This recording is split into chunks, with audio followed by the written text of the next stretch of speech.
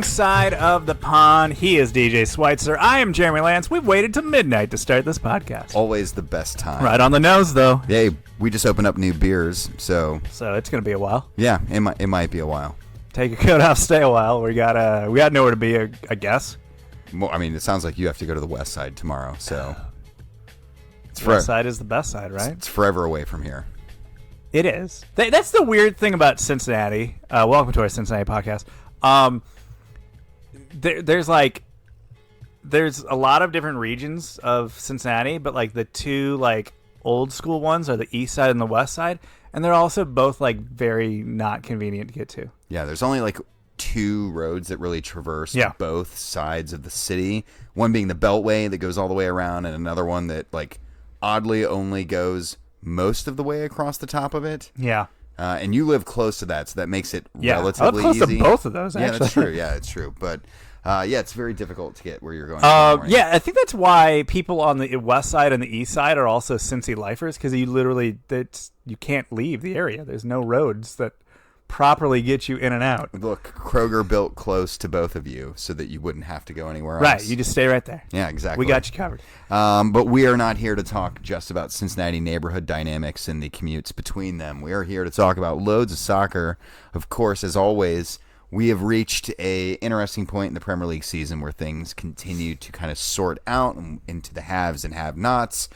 The MLS season is starting to reach its zenith point as well as we we watch LAFC keep their season alive. Yeah, like single-handedly destroying Seattle here to a way that I don't think many people quite expected them to. But no, did not see this coming. Here we are, but many teams in MLS trying to secure their postseason lives at this point, and we'll delve into that a bit as well. So, anywhere in particular you really want to get started with this thing? Because I feel like this weekend was so full, especially as we focus in on the Premier League as we normally do at the start. A lot of goal fests to choose from. Yeah, some massive ones at the hands of some poor innocent teams. Norwich did not deserve that to happen to them. Is Chelsea were happy to oblige, though. Is that where you want to start with things a little bit? No. We need to start at the most important goal fest. And that was the one that should, in theory, finally be the death nail for Ole Gunnar Solsjkær. But as we speak, at 12:03 Wednesday morning, that is not the case. Although last week when we talked about a manager still being in his position, by the time the pod was edited, that position had been made vacant. So will this be the place where this week's record scratch enters on the podcast? Yeah, are we going to speak this one into existence like we did the Steve Bruce? Sure, if we can take credit for getting Steve Bruce fired, then yes, I'm all for doing that. And I'm not a Magpie fan, obviously, but it would be awesome if we controlled that in some capacity. I mean, so is this us trying to speak into existence Ole's relinquishing of the wheel? Neither of us benefits from that, by the way. So no, I don't think we want that. Ole for life. Yeah, I mean, I think both of us would actually prefer that he stay, but it is a bit mind-boggling. We talked a bit about this last week's show and probably about 50 other shows. I feel like the last 2 to 3 weeks, the narrative that we had thrown out there to talk about was like, man, I think Ole is about running out of chances. But, I mean, and we, again, talked about this on last week's show, too. Like, how many times have we had these conversations about Ole? And I don't know. Literally, I had to look it up. I was actually dumbfounded. I didn't realize he's been the manager since 2018. Oh, yeah. I was sitting there thinking, that was a little more recent. He's had himself a nice I thought it happened, now. I thought the whole change happened, literally just before the pandemic. And yet, no, it was actually almost 2 full years before that. No, he's been there for quite a minute, and I feel like we have this conversation with him, I don't know, every 3 months or so, roughly. Mm-hmm. And I think that we've then they do something, they do just enough. Mm-hmm. Last week we talked about, oh man, Ole screwed up, and then they had that midweek Champions League match that went really, really bad until it went really, really well. Yeah. And they pulled that one out of their butts, and they got the win there. And then you're like, oh, all right. Saved himself for a bit. And then Sunday at Old Trafford. At Old Trafford. United 0, Liverpool 5. I mean, it was really bad, and it wasn't just like a. It was the whole team twice over the weekend. You and I got to watch just a team that had just kind of said, "Yep, we're done." Yes, it's totally true, and you would never expect Manchester United to be that team to roll over in that fashion. 4-0 at halftime, their largest ever halftime deficit in Premier League history for United, by the way. There was a stream of fans that just rolled out at halftime. I mean, like they showed the like live shot of outside Old Trafford, and just people just kind of like, all right, had enough of that. I'm out of here. May as well go hit the pub a little bit faster. The old, my favorite, the Seinfeld meme of just him just going, all right. Oh yeah, just throwing his hands like, nah, I'm done. I'm totally out of here. And that they did, and you can't really blame them, right? Like their biggest rival, and it was interesting. My parents are in town, and they were asking, is their biggest rival actually Manchester City? And I'm like, that's what the noobs would have you believe. But historically, Liverpool is arguably their far larger, rival, and right. They've directly competed for titles. Not just, with one another, but also on like a grander scale of total first division titles. Like these two have been eyeballing each other for decades. Yeah. So it's like 15 years ago, City was playing in the second division. Yeah, right. So, I mean, it's an inter-city rivalry and that's a big deal, but this is a far bigger deal. And getting pummeled by Liverpool is just, it's kind of like the lowest possible thing you can have as a Manchester United supporter. And I tweeted like at halftime, or I was starting to craft this tweet at halftime, and then like 5 minutes into the half when they got scored on again, I was like, Ole might get escorted off the side of the pitch like during this match. Oh, I called for halftime. I was like, they're going to fire this man at halftime, aren't they? Like Sir Alex is going to walk down there and be like, you're out. I'll finish this. For a club that really seems hell-bent on the like PR strategy of there's no such thing as bad PR, like that would have been the best type of bad PR. Like think how much everyone would have been talking about Manchester United canning their manager at halftime. Like, remember the one time Sir Alex canned the kits they were wearing at halftime? Yes. I thought it was basically he was going to do that. Instead of just, hey, we're switching kits, hey, we're switching managers. Well, look, Sir Alex is up in the booth right now. We could just go haul him down here. Yeah, I'm sure he probably. It had to have crossed his mind, like maybe not like I'm gonna need to finish this match, but like he's probably thought for himself for a second, like, okay, I might need to step in here. Well, you have to almost wonder, like, does Ole have some like pictures of the Glazers in compromising situations, and that's why he's still in the gig? Like, it's almost unexplainable right now because I feel like I would just fleece him for cash instead of trying to keep a job. I was thinking about it. Like, I wanted to classify it as Ole has been like good at like steadying the ship, and that seems accurate when you compare it to like the turbulent waters of Mourinho that he like came out of, right? Well, he's the opposite of Mourinho. He's too likable to fail. Yeah, exactly. Where Mourinho was like, well, this guy sucks, so the second things go south, like, there's no point in keeping him around. Everyone's ready to toss him overboard. But, Ole hasn't really steadied the waters at all. You see those comparisons all the time. We've talked about this before where it shows his reign versus Mourinho's reign versus Van Gaal's reign, and, like, all of them are, like, kind of turbid, and actually, like, he's worse. Oh, yeah. No, let's talk about he's worse for a second here. I was sitting there going like, man, what a blowout loss. Like, that's uncharacteristic for United to lose a match like by that many goals. Mm-hmm. And then I was like, whoa, you have to go all the way back to a year ago when Ole was the manager. And they lost 6-1 to Spurs at Old Trafford. Yeah. I've forgotten about it. Like, it's where Mourinho got the best of the situation. Yeah, exactly. But so that's the second time in Ole's tenure that they have lost a Premier League match by an absolute chasm.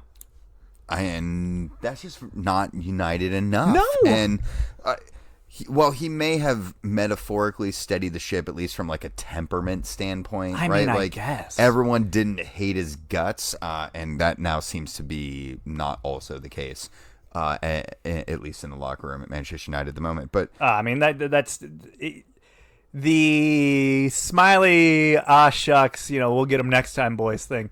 That wears real thin, sure. eventually. But I think the bigger issue is that he has clearly demonstrated at this point that he's incapable of progressing the Red Devils past the point that they're at. And this is a squad that's like built to win now, right? Like right now, it's full of all these old dudes and like some players who are maybe in their last, couple years of contract with the team. And also just the amount of money they've spent over the past 4 or 5 seasons to get to where they're at. All right, which would be nowhere. So this begs the question, right? Ole has to go, right? Like he has to. Who do you replace him with now? Antonio Conte says he's down to clown. He's in for it. He's open to learning about the project, supposedly. What does that even mean? I don't know. The project guy, what? I don't know. Use the internet. There's the record. Yeah. This is who's on the roster. You got to answer to Sir Alex, which I'm sure is probably intimidating. Yeah. What else would you want? I don't know. Seems like they're still willing to spend money. Sir Alex, not Sir Alex. Ronaldo can't go on your preseason tour to America. No, he can't. That's the info you need. It's off that. If you're going to America, he's going to have to, he'll be in the Canary Islands or something. Yeah, he's not available. Preoccupied. I think it was the Football Ramble they were talking about. Ole doesn't have like a defined style. Like, look at all these other top managers, and you can say like they have an ethos or like a system that they're kind of known for. I mean, look at the top managers. You don't even have to go that deep. You don't have to go like, let's get into tactics here. If you watch the Premier League, if you around it, you know that Pep and Tuchel and like Klopp, like these are guys that are just these absolute geniuses of the game. And then you got Ole. You got Ole just standing there, just smiling, happy to be there, looking to get a result. Like, yeah, it's definitely a different thing. I felt this way. This was the uphill battle with Lampard when he was brought in. Like, okay, yeah, Lampard can probably get some good results. He can, G up the guys. He's learning and he knows the game well. But like, he's going up against guys like Pep and Klopp and all these guys that are just next level tacticians there.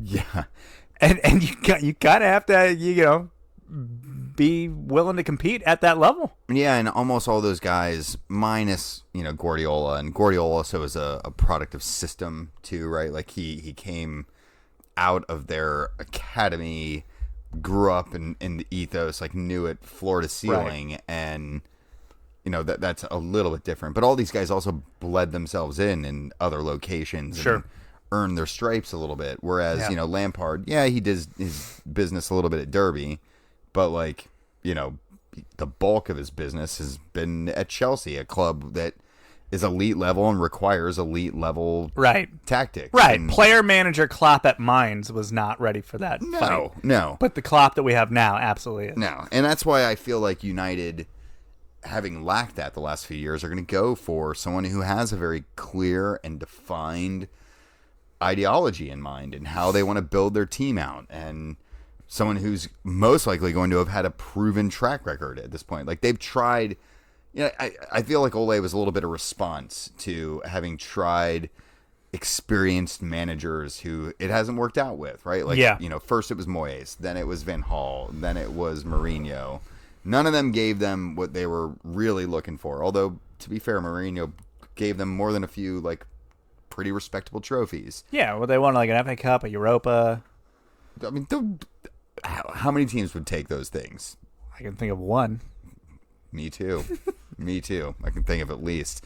But I mean, I think they were like, oh, all right, well, we'll go with a guy he knows us. And it was so in vogue at the time too to like pick a manager that was like, one of your quote unquote former legends. Right. To That's what everyone's doing. Yeah, Madrid with Zidane and Barcelona with their never-ending run of former players and Lampard, Arteta. Yeah, although you can question how big of a legend Arteta actually was at Arsenal. Maybe Everton. Sure. And maybe that's more his coaching level, but well, yeah. But the United was like, well, hey, Solskjaer, he was our dude, and they brought him in under a trial basis, and he kind of rallied the troops, and it wasn't so rocky, but yeah, they were flying high right there when he first got in, right? But that was like the ceiling of where we landed, and yeah, they finished second last year, and we both were maybe a little bit more optimistic about they their finished future. Second, but like, did you ever at any point going like, well, man, United's gonna pip this one? That's the second best team in the country. No, I don't think anyone was really feeling that way about it, but they didn't give up as much as everyone else did, I suppose. But congrats. Yeah, I don't know. It's I'm intrigued to see what they'll do. Conte obviously seems like the front runner, but Zidane has said no. What else is he doing? That dude's only got eyes for his former gigs. I would guess France, Juventus.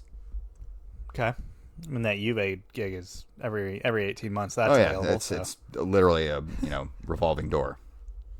So I guess he can just queue up for that one. Sure. All right, that makes sense. Yeah. Let's talk about Spurs real quickly while we are mentioning it, because that is actually technically. Let's start with this. That is the next match for United. It is, yeah.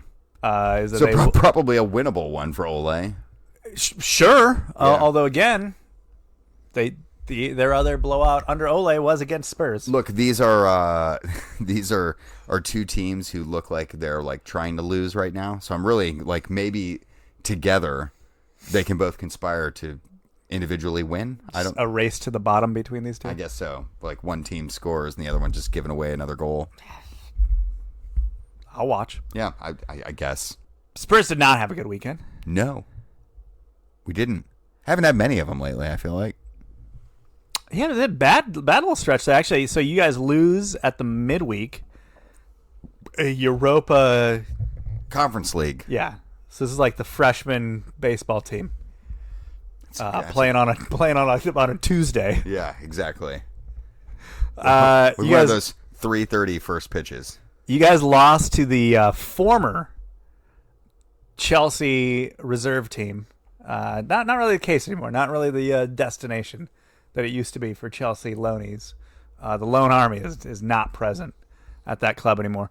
What is present was enough firepower and soccer acumen to get a 1-0 win over Spurs. Yeah, to be fair, Spurs rested a majority of the first team. I had never even heard of the kid you started at striker. Was it Dane Scarlett who was up there? Yeah, Scarlett, yeah. Mm-hmm. I was like, who? Yeah, I mean, it's one of those How things old is like, that guy? Like 18? I don't know, maybe 12 or something. He was either 18 or 30. I couldn't tell. Yeah, he does look a little bit in between both of them, but no, unless you follow the team, it's kind of hard to know what's going on with most other clubs' youth setups. No, yeah, you don't know the depth of other teams, but man, you know your depth, and you feel way too good about your depth. Yeah, better than you should, because you get to like know these guys a little more, and you hear about them, and you hear about little things that they're doing. You're down the road. Optimistic because you really don't have a good angle on how good that actually is or isn't. Because, let's all be honest, how many of us are taking a weekend or some time in the midweek to watch U19 matches for their favorite club? I mean, luckily Chelsea just went ahead and sold all their players that were like that Livramento kid that was like, he was like their player of the year last year for their like U23s or whatever. And I think then we did like, Southampton, what, $5 million? All right, yeah, take him. Like, oh, okay. Well, you guys probably have like 85 other players behind him, so. Well, yeah, he was also gunning for like a right back position. We're a little full over there. Yeah, not to mention with youthfulness. Yes. Yeah, so, but yeah, Spurs losing to West Ham 1-0 at London Stadium. West Ham kind of booing back themselves a little bit after a bit of a stumble, at least and domestic issues. And what is West Ham going to be this year? Is this going to be another one where like they are just going to kind of float in between being possibly a Europa side or maybe 10th place? Yeah, I kind of feel like minus Chelsea, like all the London sides right now are all very ambiguous. Yeah. Like, what are we clubs at the moment? Like, Arsenal's playing quote-unquote well, but they've also, like, gone with a nice stretch here where they're just playing nobody. Yeah, exactly. So you'd hope that they would pick up some points in the stretch, but who knows? Ultimately, yeah, I mean, West Ham were the better side. They deserved winners. I have never struggled to watch a match for Spurs, I feel like, as much as I have for that one. They were just very unwatchable. And Harry Kane continues to be just perplexingly bad. This is not how you get that move to Newcastle. I would sell him for 200 million euros or 200 million pounds. Newcastle will write that check tomorrow. I'm looking forward to it. I'll cash it for him. Drive it down. Yeah. Down the highway. They'll Zell you that right now. Ooh, sounds good. Would love to see that little ding on the notification. So Spurs having a bad run. Kane just... I feel like this whole summer of, like, will he, won't he leave just kind of ruined him a bit. It definitely ruined him. And you almost wonder if he's going to get out of this funk now. Like, is this what derailed the Harry Kane runaway train? Yeah. You know what I mean? Like... He seemed like an unstoppable force. Even though he'd get injured every year for a long stretch, would sit out a month, he'd still finish damn near top of the scoring charts every season. And it's a testament to how good he is, but it also shows how much the mental side of the game is a huge component in what goes on out there. And he's just not looking at himself, and Spurs are languishing as a result of that. Moving on to other teams that had not so good weekends. One who had a very bad weekend. Everton are up 2-1 over Watford and the Tinkerman. Going into the 78th minute of the match. Final score... Everton 2, Watford 5. Yeah, Watford. What? Pulling those goals back after scoring 4 goals in the final 12 minutes of the match. That was what was insane about that, like, honestly. What? Like 4 goals, like going from down a goal to being up 3. To just boat racing them, just dog walking them. It's just unbelievable. And especially after they gave up 5 to Liverpool last weekend, you don't really see that as the turnaround like the next weekend back. Like, hey, let's just pull back some of that goal differential real quick. And they literally almost went all the way on it. But Everton continuing to struggle. But let's focus in on Watford just for a second. Claudio Ranieri definitely has them singing a different tune at the moment. Good. Yeah. Otherwise, I'm not sure why he's there or why anyone's cutting him a check. Like, I would hope he is able to make some sort of improvement. But like ultimately, like, what's the ceiling on a Claudio Ranieri Watford? Who, like, let's be honest, come this window or next, not really going to, like, go out and just light money on fire. Well, I mean, you could kind of say the same thing with, Rafa Benitez's Everton at the moment. Sure. Although Everton have actually shown the willingness to light money on fire. That's true. It has never really worked out particularly well for them. But, no, Watford but they'll do it. Only light fire themselves on by having to pay out coaches right for constant sackings. Yeah, we'll just burn through 3 in a year. Yeah, no, I think 10th place is about the top you could see them, but I even think that's a little optimistic. Yeah, I don't know. As soon as Troy Deeney left the club, I lost interest. Oh yeah, 100% less interesting. He's in somewhere in the championship, isn't he? Oh, I'm sure. Not in jail, though. Oh, gosh, now I got to look up where he's at. He's at... Not in jail. He's at, like, Birmingham or Bolton or something awful. Both of those things seem very realistic. Dreadful. While you're looking that up, I'll go ahead and move us along into some other Premier League action. We'll start while you're preoccupied with the Birmingham team. City. I was right. Okay, right up that alley. Well, let's then focus in on your boys, Chelsea. They had themselves a pretty little weekend. Yeah. This was like U.S. Women's National Team versus Taiwan. Bad. This was this was quite the whooping that they laid on a Norwich side that is basically already been relegated. A Norwich side that walked into the Premier League this season with what appeared to be, on the surface, no intentions of surviving. It was like they walked out with the white flag in hand. They're like, look, we're not waving it yet. And then they got to halftime of that first match. And they're like, we're good. Get it out. We're out of here. Wave it now. Well, do we go down now? Do you want to go down now? Do we just send? Do you think they could arrange for that? They could just go down now and be like, "Hey, could we just like who would I don't? Hold on, let's look this up. Who would be the team in the championship that would just swap spots with them? Like, look, this would be better for everyone if we could just do this. If we could just do the old switcheroo, just trading places here." That would be our old friends Bournemouth. All right. Currently top of the table on 34 points. Ahead of it's all the relegated teams are actually the top three. So it's Bournemouth, Fulham, West Brom.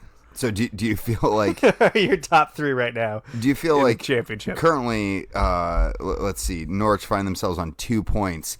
How many weeks do you think it would take for Bournemouth to accumulate 2 weeks in the Premier League? If they started right now, they would have that by Christmas. But 2 points? They need 2 points? Yeah. Bournemouth would have that by Thanksgiving. Bournemouth could just easily rat out a draw a couple times. Through 9 matches, Norwich City find themselves at a minus 21 goal differential. So you said 2 points. They have 2 points. How many matches into the season are we? 9. So we're almost basically a quarter of the way through the season. We're a quarter of the way in. So they're on track for 8. Derby was 9, right? Yeah, that would beat Derby. Okay, so that's. Wait, was Derby 9 or were they 11? Either way, still you're looking at not a lot. That's still less than 11. Oh man, gosh, they're bad. That's where we're at. So you have poor Josh Sargent. He was already a redhead. Did we really have to make him the whipping child? Yeah. Is he a stepkid now? Is that what's happening? Is he on loan? I don't think he is. I think they bought him out. I feel like he should go on loan. If he was on loan, he would clearly be a redheaded stepchild in this situation. Like, honestly, he should go on loan mid-season to a championship side. That will actually further his career than staying like here with this. Look, we sinking boat. We can't. Well, it's funny. He played in the FA Cup or League Cup or whatever it was, and was playing against level competition for a team like Norwich City, and he was great. Yeah, he was great. Scored, had an assist, did the things forwards should do. Not going to get many of those opportunities, unfortunately, in the Premier League this season. No. So is Chelsea rattling off 7. Mason Mount with his first hat trick for the Blues. At least with the first team, he had one, obviously in the youth ranks. It was a dominating performance. Then Norwich actually gets a red card midway through the second half. So the game went off the rails. It was 7-0 was your final. A somewhat statement win for Chelsea. Listen, this all happened at the right time. This match was what the doctor ordered because. What happened in the midweek last week was both of their strikers went down injured. Yeah. They're currently without Timo and Lukaku. Listen, you guys have played without a striker for essentially 2 or 3 years now. So I mean, if Lukaku stays out any longer, Ben Chilwell is going to pass him in goals right now. So he's on a 3-match streak. For as hot as Lukaku came out of the goal or gates, he just really has not kept with that consistency-wise. He has not. In fact, the majority of our goals since that point have all been from defenders. Maybe that's a testament to what he's doing for the build-up. Sure. Hopefully, let's go with that. That's a much better storyline. City roll Brighton, a little bit of a wake up call for Brighton. That's obviously had their hot start and playing well and playing teams tough, and then City come in and handle business relatively easily. Yeah, I'm looking at this. Brighton, we were talking about, this is a little bit of a wake-up call for them. I think this is a big-time wake-up call for them. They haven't won in their last 4. Yeah. This loss, 3 straight draws, yet they still find themselves in 5th place. So that might actually just be a further reflection of how kind of bad this league is this year, or at least competitive. Leicester City also got a much-needed win. Again, a team that's starting to kind of right the ship a bit. Obviously, they had the big win against United last week. Couple that with this one over a very in form and up for it Brentford side. So it looks like the Barrage might be getting things back on the track. Yeah, because they looked like they were kind of spiraling there for a moment. Yeah, and granted, they had a fairly tough run there for a little while. Obviously, no doubt. They, had a couple of the bigger sides that they had to take on, but it was that win against United that really kind of flipped things around for them a bit. And now they have Arsenal, like someone they're kind of right in that neck of the woods with in the table, that I think will be a really good test to see how much they've actually gotten themselves back on track for the rest of this year. Let's go stateside. Let's talk playoffs. As you take your clothes off here in my basement, what is happening? It's getting hot in here, Jeremy, and I have to take off all of my clothes.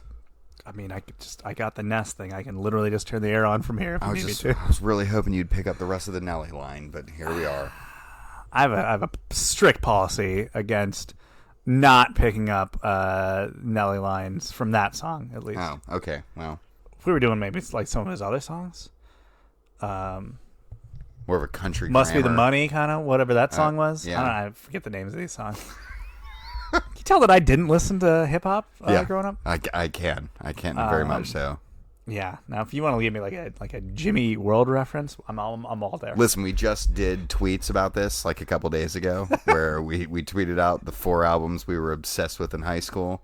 Yours were kind of all over the road, right? You had Guster, which I'm still not sure what that is. Yeah, Guster's I've still my favorite been band. told about them for 20 years now. Yeah. Still not sure what's happening there. Yeah, and I've been obsessed with them for all those 20 years. Gun to my head, couldn't name a song. Yeah, I'm not. But surprised. I knew a bunch of I had a bunch of friends that was their band. Mm-hmm.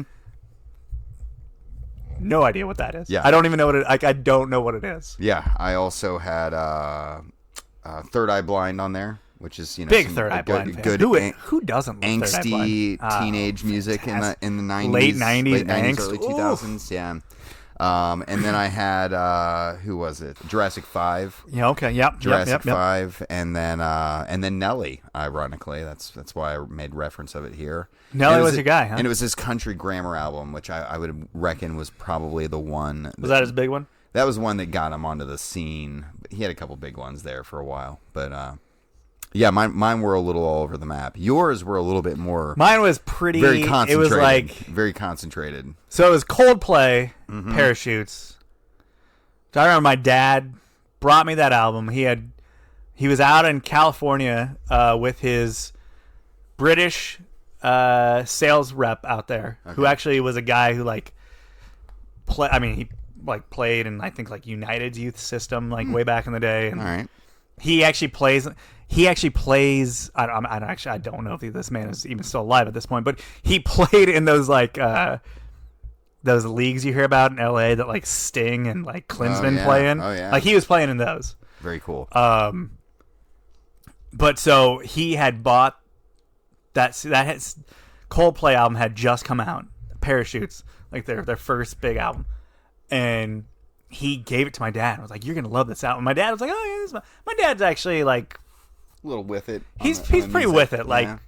He was big into the new pornographers for a while. Oh, wow. Not really something you would. Having met your father, I would never not have pegged that taken one. him for a new pornographers fan. Yeah.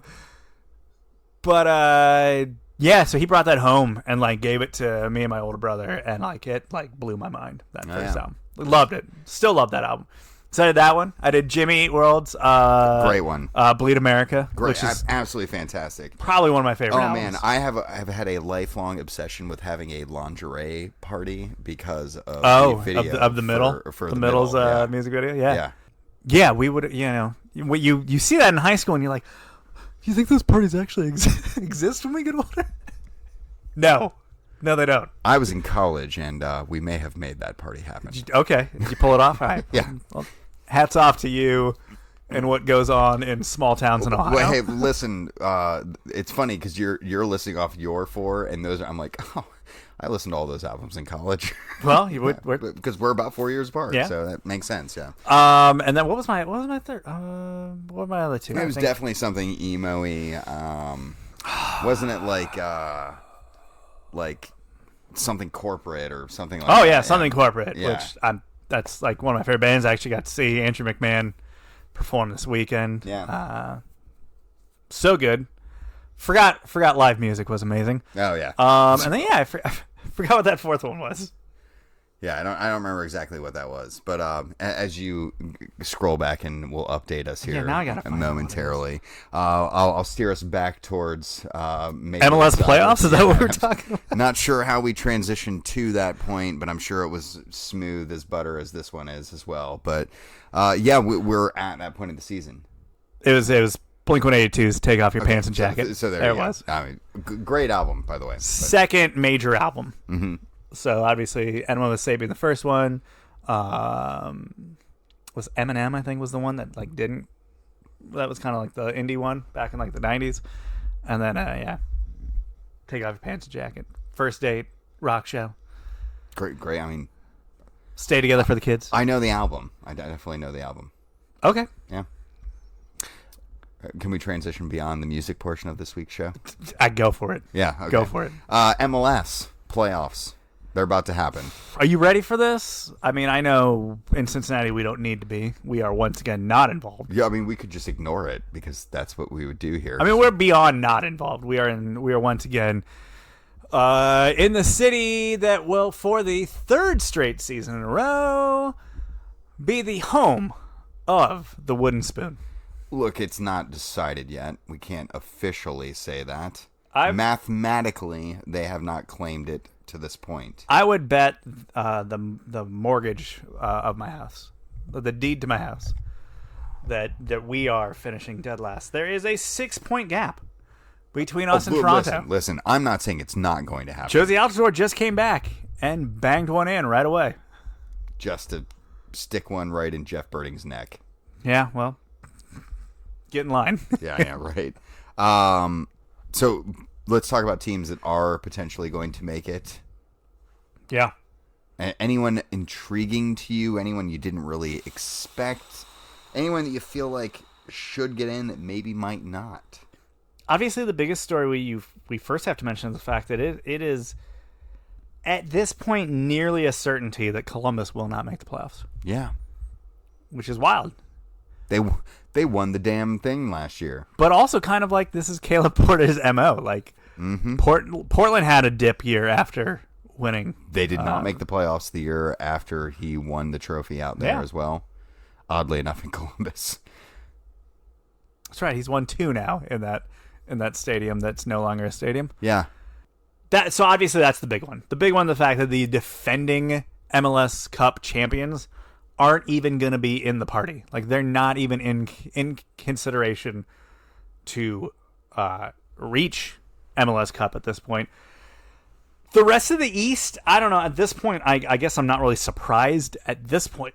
Like, maybe earlier in the season, obviously the whole Nashville thing is quite intriguing that they are once again making the playoffs. Yeah. And up until a week ago, they were in second place for a good stretch here. Yeah, I mean, they're coming to town. They have just quietly just done their thing all year long. And I feel like we've been very, obviously New England. That's Gary Smith, right? Yeah, right. It totally is. But, New England have been running away with it all year long. They're in potentially historical territory. Well, they've already clinched the Supporter Shield. That's done and dusted. Already done and dusted, which anyone who doubts Bruce Arena needs a swift kick in the pants. Again, I always loved watching everyone here be like, I don't know, there I would have wanted Bruce Arena. There were Arena. people here that when that was floated out there thought, no, we don't want some old hack Bruce Arena in his old way. You mean the guy that basically has a PhD in MLS? There's no one better at it here. I get that you maybe were salty about not alive. Siggy Schmidt, R.I.P. Okay, yeah, that's fair. But those are the two guys that have basically owned this league. I can't think of anyone else that would even really sniff that territory. Yeah, those Schmetzer at Seattle. He's now that guy approaching some of that territory. Bob Bradley, I think. But he's only done it once, right? He's as the manager, sure. As him being the guy. Obviously, he was part of that DC crew, but as him being the guy. Yeah, it was his first go in Chicago too. But yeah, okay, I think that's fair. After his success in Chicago is what ultimately sprung him into managerial or into the men's national team category. And yeah, I think we've seen him do his European thing, and he's had some really good sides at LAFC that he was the architect of as well. I don't know. I think he's deserving of potentially at least being in the pantheon of that category. We are talking about a guy that may be out of a job here in a couple weeks, but sure. Who knows where he might end up, for that matter.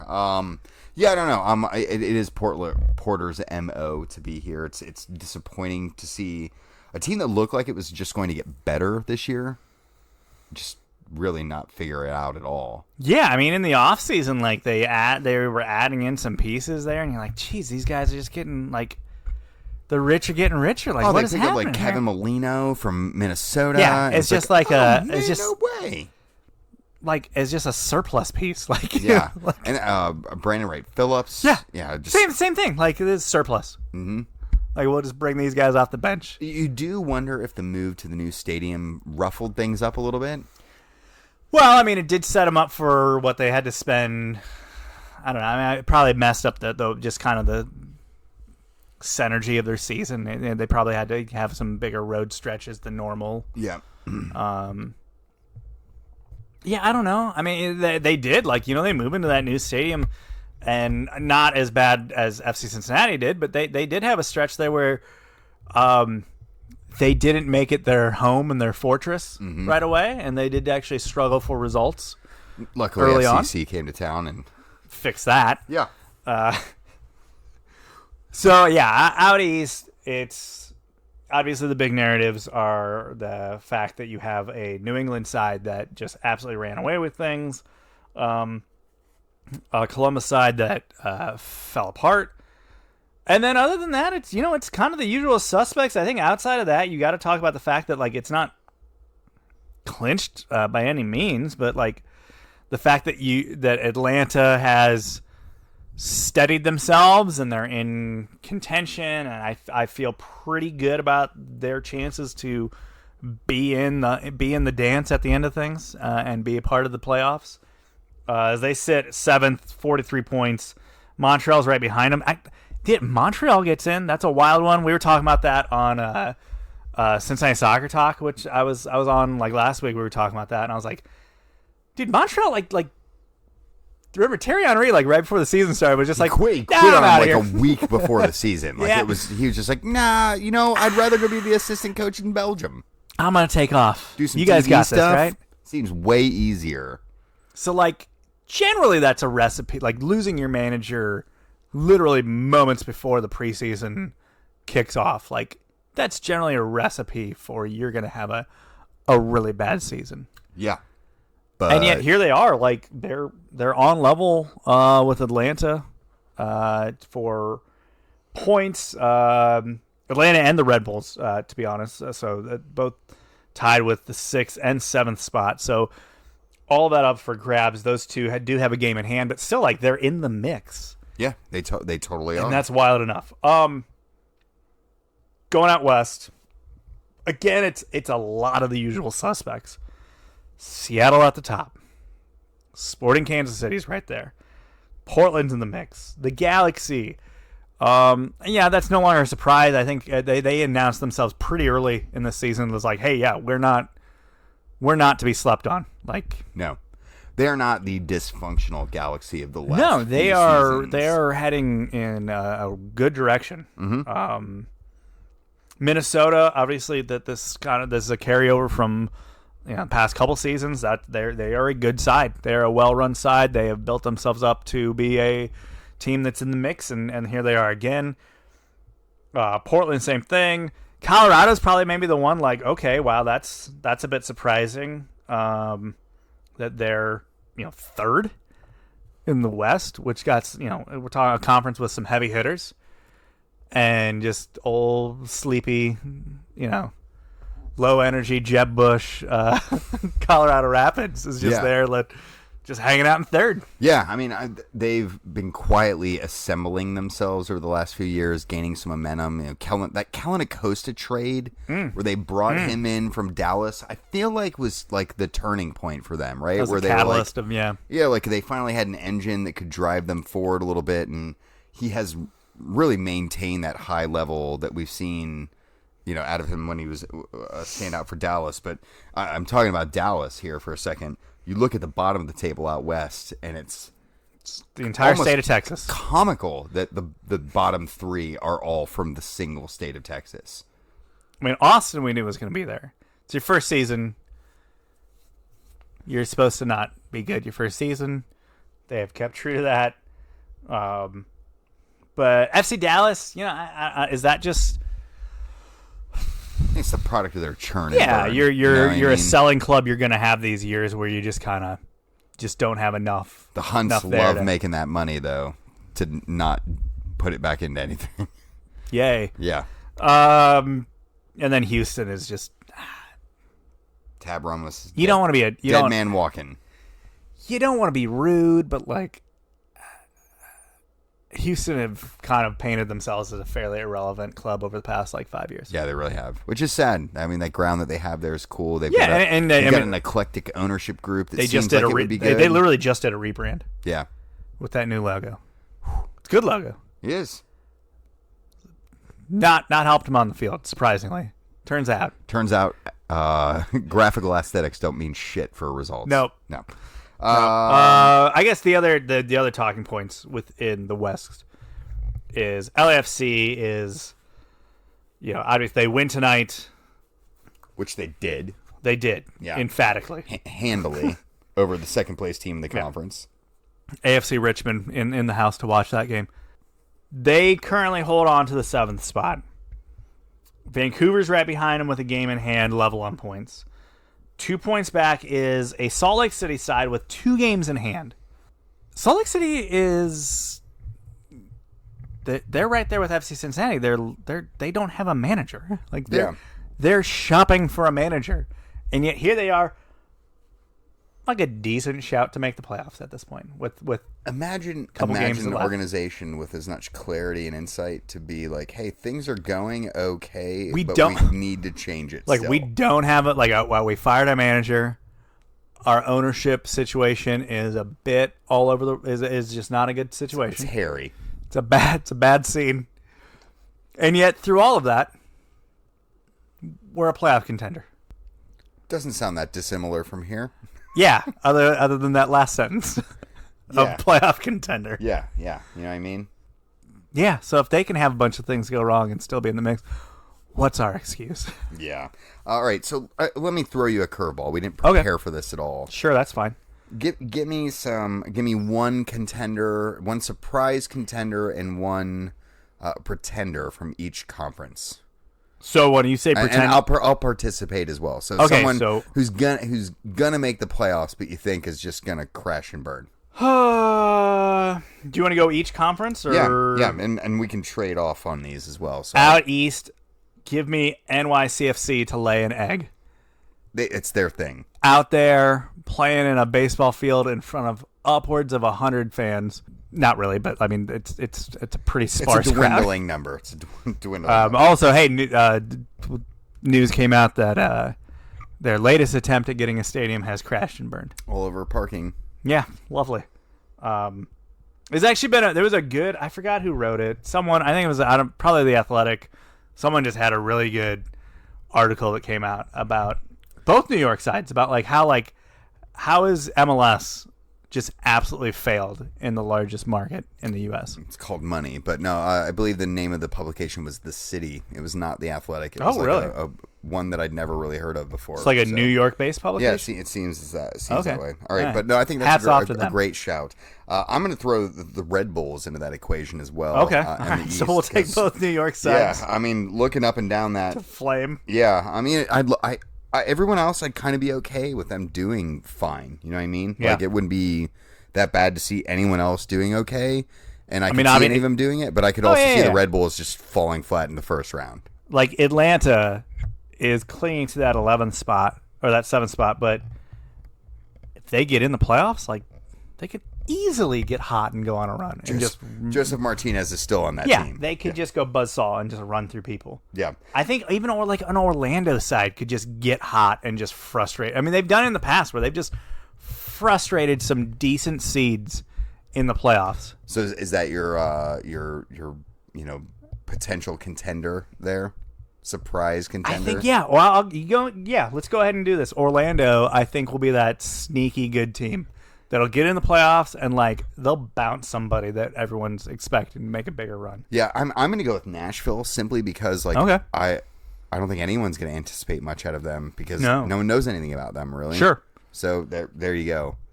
Out west, my pretender, probably Portland. Okay. I'm not overly convinced.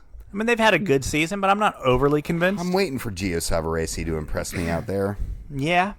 My contender, again, I think just kind of like with Atlanta, you let LAFC in the door, they could go wild. Now, traditionally, the playoffs have not gone well for them. As good as they've had as seasons, maybe this is how they rock. Like, all these seasons where they were unreal in the regular season and then flame out early in the playoffs, maybe it's the year they just barely creep into the playoffs.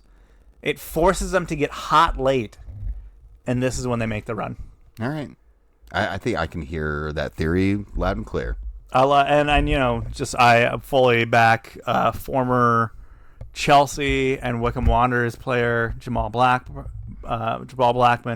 as their new keeper. So had a clean sheet tonight. Hey, how can I not root for that guy? Yeah, for sure. Chelsea Academy player, Wycombe Wanderers player.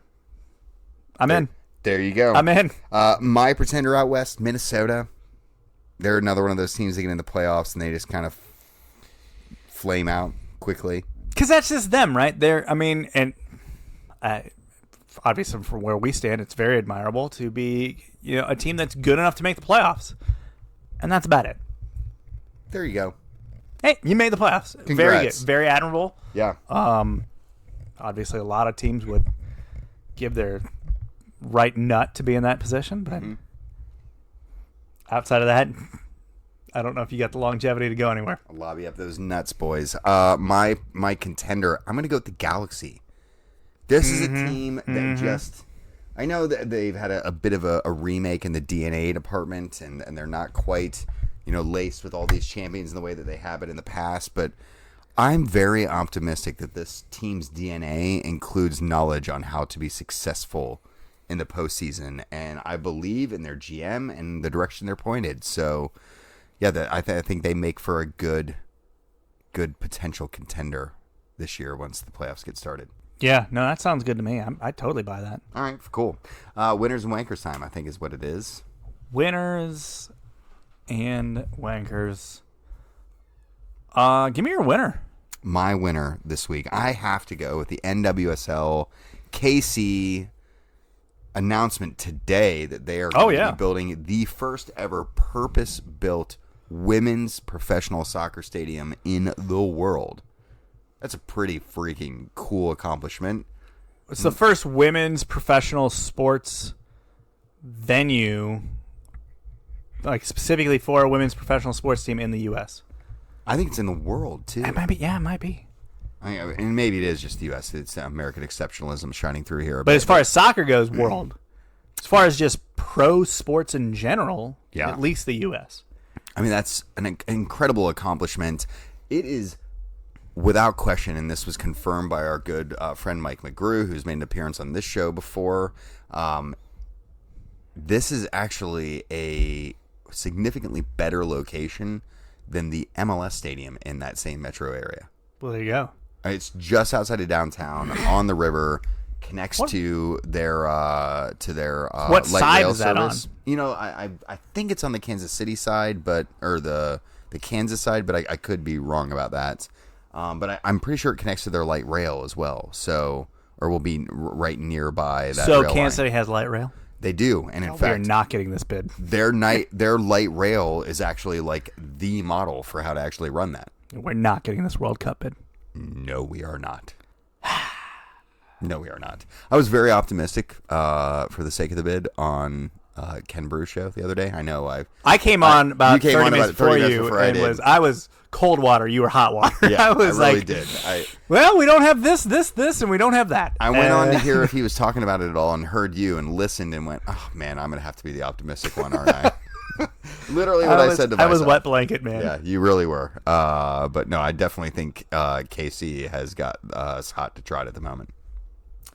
Yeah, I did not know about that light roll. We are screwed. Yeah. It's functional too. They've like built business up around it and everything. So like it's not a good omen.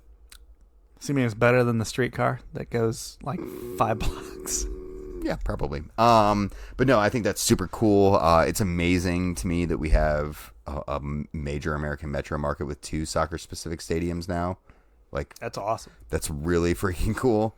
And I know that there are other ones like Columbus. Someone replied like, "Oh, there's already one in Columbus." But I mean, this is 2 current. Well, what will eventually be 2 current tenant first division teams. Like Columbus does not have that going for it. Right. No, the other one's being retrofitted for youth tournaments, and and a dome for winter usage by the crew. Yeah, we're looking to run leagues there, actually. Yeah. All right. Well, there's that. Give me your winner this week. My winner. This is my winner. Yeah, like I don't know if this is a winner or a wanker. I'm still not even sure where I stand. I on love this these. one. These are the best ones. The USL tomorrow night, or tonight, I guess, because it's 1 a.m. Is going to replay. Oh, this is great. The finale, this like ties the together final so great. 20 some odd minutes. I think 23 minutes of a match between Miami and Pittsburgh because of a grievous officiating error. Yeah. And so if you're not familiar with the situation, in the, I guess, 67th minute of a match between those 2 clubs last week, Miami had a free kick that they took, played it to one of the defenders. That defender then played it back to the keeper, who, instead of playing it, let it go into the goal.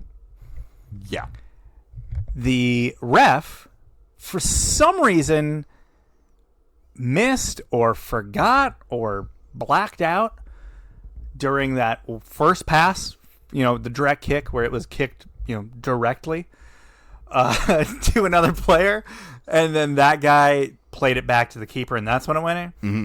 The rule does state that if a direct kick, or indirect for that matter, or indirect, is immediately goes in the goal of the team that had the possession, that it's a corner kick. Yes. But again, there was one pass made. Yeah. Somehow the ref missed that part, so the ref called it as a corner kick. Yeah. Instead of a goal, which it clearly was. That would be the correct call if that scenario had played out the way you would originally describe it. It had gone directly in with no other touch. Right. From but the team. there was a pass. There was a pass. pass. And then it went back to the keeper. Left back Janos Loba received the pass. He then passed it back to Miami goalkeeper Connor Sparrow, who then whiffed the ball and it went in. And then Sparrow then immediately goes to the referee and is blowing up about it, which I didn't get. Well, I'm sure. What case is he playing? I'm embarrassed, and I'm trying to make it look like something went wrong to try to cover my ass. I mean, something did go wrong. Yeah. It just wasn't the thing he was claiming. You went wrong there. Your positioning. What's most amazing, this is incredible. I picked this as my wanker. This was referee J.J. Belinsky, who was responsible for that. He and his linesmen who conferred together, as well as the rest of the crew, because this is all VAR'd at this level as well. That is the most troubling thing. Is like this didn't just kind of like. I don't even know if it can be reviewed by VAR. Like I don't know. But still, like he consulted with his linesmen, and they all got it wrong. Yeah, which means that all of them missed the touch or didn't know the rule, and both are like the reason why you have these people is to provide you eyes in case you blink or whatever, right? That's their purpose. They all missed it, and then Pro had to put out a statement saying we fucked this one up.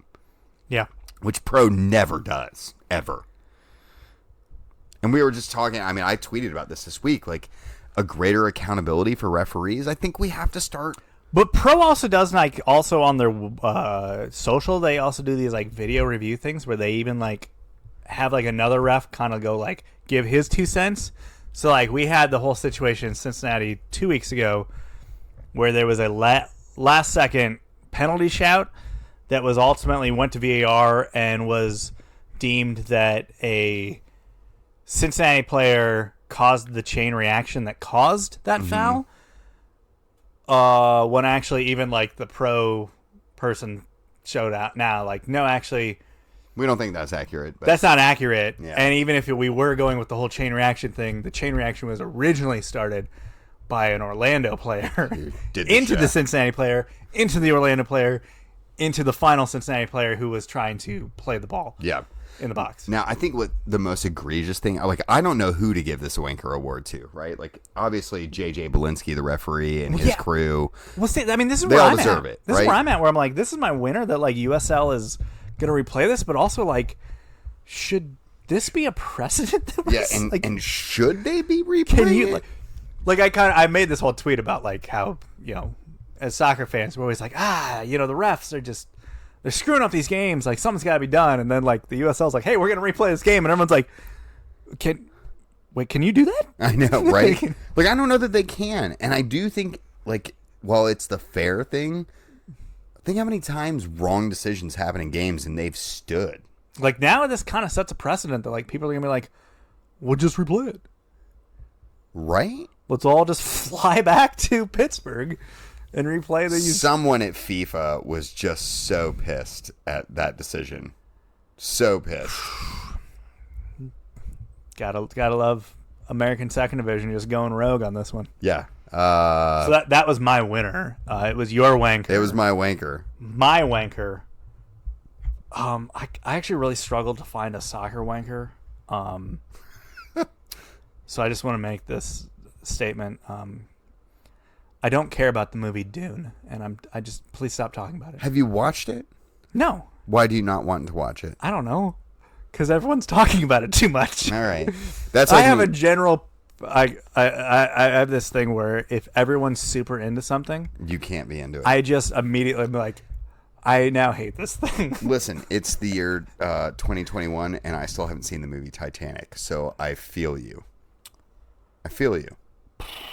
And I've seen the movie Titanic, and I kind of regret it. I regret that I've seen the movie Titanic. I've seen the original Dune, and I don't remember it at all. So I've seen parts of the original Dune. You know me. I'm a big Sting fan. So, yeah. You know, had to give it a look. Sure. Yeah, I don't even know what. I guess that was a book that I did not read in high school. Maybe it was assigned to me. I did not read it either. And I sidestepped that one, like I did with most assignments. I think it was one of those sci-fi genre, which didn't get a whole lot of attention during 90s and 2000s teaching. So, yeah.